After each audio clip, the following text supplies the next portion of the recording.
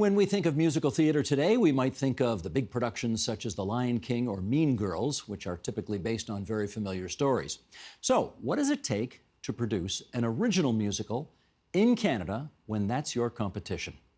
Britta Johnson might just have the answer. She is a composer and lyricist and also the creator of Life After, a musical about a teenage girl dealing with grief, which makes its return to the stage at the CAA Ed Mirvish Theatre in downtown Ontario's capital city. And here's Britta Johnson joining us now for more. So great to meet you. So great to meet you. It's a pleasure. Well, let's start with basically what your show is about. Life After is about what? It follows this 16-year-old girl named Alice in the immediate aftermath of her semi-famous father's very sudden death. We kind of exist in her mind, in her imagination, as she tries to make sense of it, deals with grieving for the first time. It's about growing up, it's about family, it's about figuring out who you are, being a teenager, and all of those things set to song.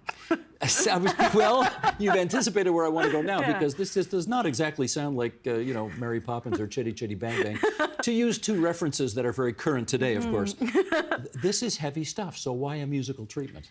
I mean, music is a very powerful storyteller. It has a way of kind of getting to the very heart of a situation and speaking truth to things that we don't have words for. And I think what I've tried to do with Life After is make it a very layered experience. I think grief is a kaleidoscopic experience. It's devastating, but it's also funny and strange and kind of fractures the reality that you're living in. And music has this way of holding all of that, all of those kind of idiosyncratic truths. So in making this score, I tried to do that, and it's been a really rich experience for me. And there's nothing like a song to get to the center of something we don't quite have language for, which I think grieving and growing up are two things that would fall under that category. When did you write your first musical? I wrote my first musical when I was 14, I think. For my high school, I wrote a one-act show, and I've kind of been doing it ever since. So, Well, I would never ask you how old you are, but how many years ago was that? well, I'm not good at math, so I'll tell you, I'm 33. So almost 20 years ago, you wrote your first musical. Yes. And have done how many since then? Oh man, probably like 18 or something. I've been very lucky to get to keep working, so it's been a privileged thing, yeah. What do you think drew you to this form of entertainment in the first place? Well, I grew up in Stratford, Ontario, so home of a lot of theater and a lot of music theater. Both my parents were pit musicians in the orchestra there, so I really kind of grew up in the orchestra pit. When we couldn't find childcare, we'd go see Man of La Mancha for like the 17th time. So it was kind of in our blood. I have two older sisters. We make a lot of music together, and very quickly, I didn't think music theater would be where I landed, but it's a language I seem to understand simply because of what was happening in my house. But you didn't come out with To Be or Not to Be, you came out with Song and Dance. Well, I guess because I was in the orchestra pit. You know, my parents were brass players, so if they were Shakespearean actors, perhaps I'd follow a different path. Gotcha. Yeah. Shall we see some of what you do? Sure. I think it's an idea. Sheldon, if you would, a clip, please.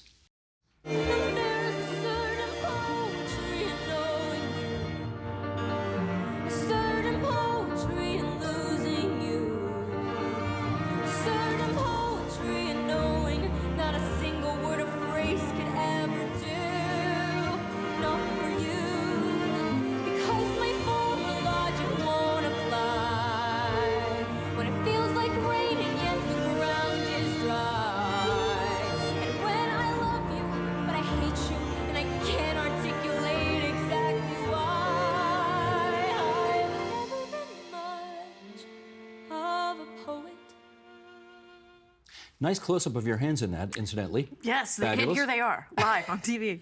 She's got a great voice. Who is she? That's Isabella Essler. She's incredible. I think she's about to be a huge star. She's only 21 years old, and she's playing our lead, and every day I'm pretty astounded by what she's doing. Sensational. Yeah. What's the story behind that song?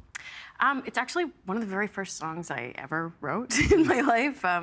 So it's a bit of a personal show, this one, because I lost my dad when I was young, when I was 13, and very soon after that started to write music. So when I didn't know it would be for a musical when I wrote this song, but I was just kind of trying to make sense of a lot of things that weren't making a lot of sense to me at that time. There was a few big losses in my teenage life, and that's the texture, at least, that inspired this story. And even though I'm not our lead character in this family, isn't mine, at least that kind of coming of age through grief is my story. And that song is kind of the one that started it all. And the show has kind of blossomed from that first song, which is one of the first songs I ever wrote. So it's a You have been hanging on to that song for 20 years, waiting for the right vehicle for it, I guess, right? I guess, yeah. I mean, the truth is I started to write the show soon after that. It's had this very long life with me. It's really grown up with me. It's been a very beautiful kind of time capsule for my whole experience as a composer, yeah. How old was your dad when he died? I guess 55, yeah, he was pretty young. How did he die? He had cancer, leukemia, so different than the story in this show, but still a transformative loss, I would say, yeah. No kidding. Yeah. Does the character in your show basically reflect all of the experiences that you had back in the day? Certainly, she has some of her own. She's kind of not grieving the same way I did. I just kind of like grew out my bangs too long and got kind of weird and quiet, not so theatrical. But certainly, a lot of those first questions you ask, the first time something's taken from you before you're ready, are things that I share with her for sure. Musicals, I gather, are not just sort of written and then locked in. This is a very iterative process, right? So where did it start? How did it develop? Take us through it. Yeah, it's been a really cool journey for this show. So it premiered in the Toronto Fringe Festival back in 2016. So we had our set was 5 chairs and I was playing piano on the side. And from there we were picked up for our professional debut at Canadian Stage here in Toronto. And then it's had this remarkable journey where we've played at 2 huge houses in the States. We were in San Diego at the Old Globe. We went to the Goodman Theatre in Chicago. And now it's this kind of incredible homecoming for us to be at the Ed Mirvish Theatre back in Toronto with sort of the community that's responsible for the show's success to begin with. That's not a small stage. It's a big stage. Yeah, it's. Now, how many seats does that place? I mean, I think we are selling about 1,100 for our run. Yeah, it's very exciting. It's very exciting. So this is a big deal. It's definitely the biggest thing that's ever happened to me. So yeah, it's very cool. Yeah. Now, okay, I suggested in the introduction that we see lots of musical theater come through this city, and a lot of it is kind of either brought back from you remember when, or repurposed, or anyway, it's stuff that already has kind of a big name out there in some respects. Is it difficult to sell people on a completely original musical nowadays? Probably, but we have really smart people trying to get the word out there, and we're hoping that word of mouth will help us. But I do find that audiences in this city are hungry for something new.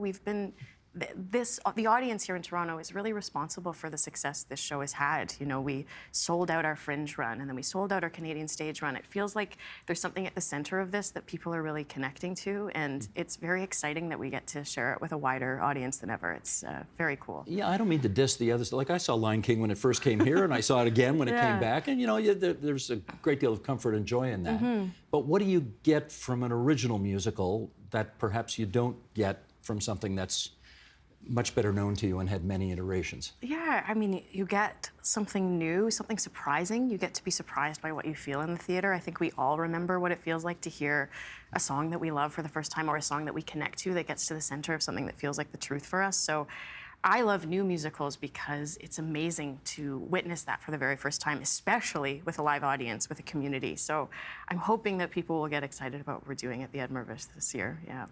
Do you want this to go to Broadway someday?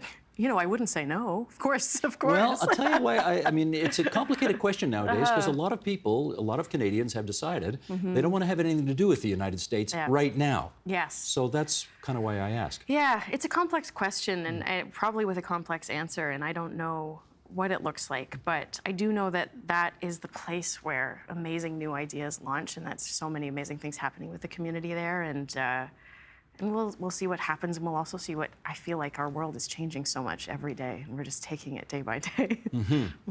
Is it, well, I mean, everything's harder in Canada when it comes to the arts, right? So to ask the question is almost to answer it, but I presume you've got friends in the States who do a lot of the same work that you do. Is it easier for them because they're in the States and it's harder for us because we're in Canada, it's so much smaller, et cetera? I mean, I think being a freelance artist is pretty hard for everybody, for sure. I do think there's just a lot more of musical theater in the States, more theaters doing new musicals, so just a bit more opportunity for writers there. But I do think there's a very exciting thing happening with in Canada. I think that people are getting excited about new work, starting to ask how we can support Canadian work. There's very smart producers and thinkers starting to kind of create some homegrown work. And I'm very excited to be a part of that and keep building this community. Can I ask you a completely inappropriate question? Sure. Because people who make their living in the arts in this country, the average, I mean, I know what the average wage is, right? Yeah, like yeah. it's below the poverty line for the average. So, like, how much money do you make? Well, I'm not going to give you an exact number, but I've been really lucky. I've been really lucky to get to do this as my full-time job for a while now.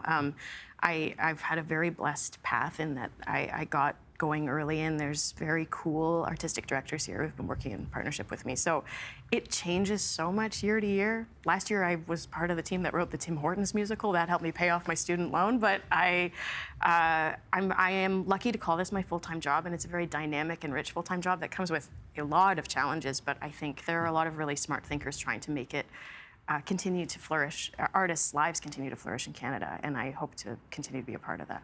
You know, I never did see the Tim Hortons musical. I never made it to it. Was it any good? I thought so, Yeah? of course. Imagine if I said no. Well, it's after the fact. You can tell us if it... I'm so proud of what we made, to be Yeah? honest. I'm so proud of what we made. Yeah, we had an amazing team, truly, yeah. You obviously, when you undertook this work, had I mean, everybody I know who makes their work in culture has huge dreams about the possibilities out there and what they are hoping happens to them. So let us in on a bit of that. What are you hoping for? I hope to just to keep doing this and doing it with people who are smarter than I am. I've been really lucky to have an amazing community of collaborators and a kind of rich and varied dynamic artistic life, and that feels like a privilege. It isn't easy, and not everyone is granted that privilege, so I just hope I get to keep doing it in a way that continues to challenge and expand what I'm able to do, yeah. Have your family members seen this show at the big theater yet? They haven't seen it yet, but they're about to. They're going to see yes, it yes. on the big stage. Yes. So they've seen it in the Fringe, yes, but not on the big stage. And every I have a very supportive family. I've seen every iteration that we've done, and each one kind of has gotten bigger. But I think this is the biggest, and I think it'll be a very intense experience for my mother. I was absolutely, I mean, well, you're good. You've anticipated my next question, Yeah. which is when your mom watches this, and it obviously hits so close to home, Yeah. I mean, how has she reacted so far to it all? I think it's a very rich experience for her. And I have like the best mom in the world, and she's the best musician I know, and I love talking to her about art. So I love talking to her about this show, and it's a lot to receive, but I think we've built a show that makes people feel held in their grief, the complexity of it. I think it's been a really beautiful thing for our relationship to be able to talk openly about grief together, and I'm so lucky to have her support. She's so on the level, and I pretty much run every idea I have past her because she's a really smart artist herself. She's still playing? She's not playing anymore. She's retired, but we always make a lot of music together in many capacities. Yeah. Siblings? I got two older sisters. Two older sisters? They've seen previous incarnations of the show? My eldest sister actually has worked on every incarnation. She played the lead in our Fringe production, has since been our dramaturg, which is kind of like the editor of the show. We're very close collaborators. We are a songwriting team, and on a lot of other projects, she's also a songwriter. So she's been very close. She's like right next to me in rehearsal a lot. And my middle sister lives overseas. She's an opera singer, but she has seen many iterations as well. Did any of them, this will be a bit too personal, but here we go anyway, did any of them object to the fact that you were taking what is also their story, after all, and putting it out there for everybody to see? No, they didn't, and I think it helps that it really isn't our story. Like the loss, this is a quite sudden loss. It's a different age group, a different family configuration, the journey that it takes. The only thing I'm borrowing from is just that texture and the questions that come with grief.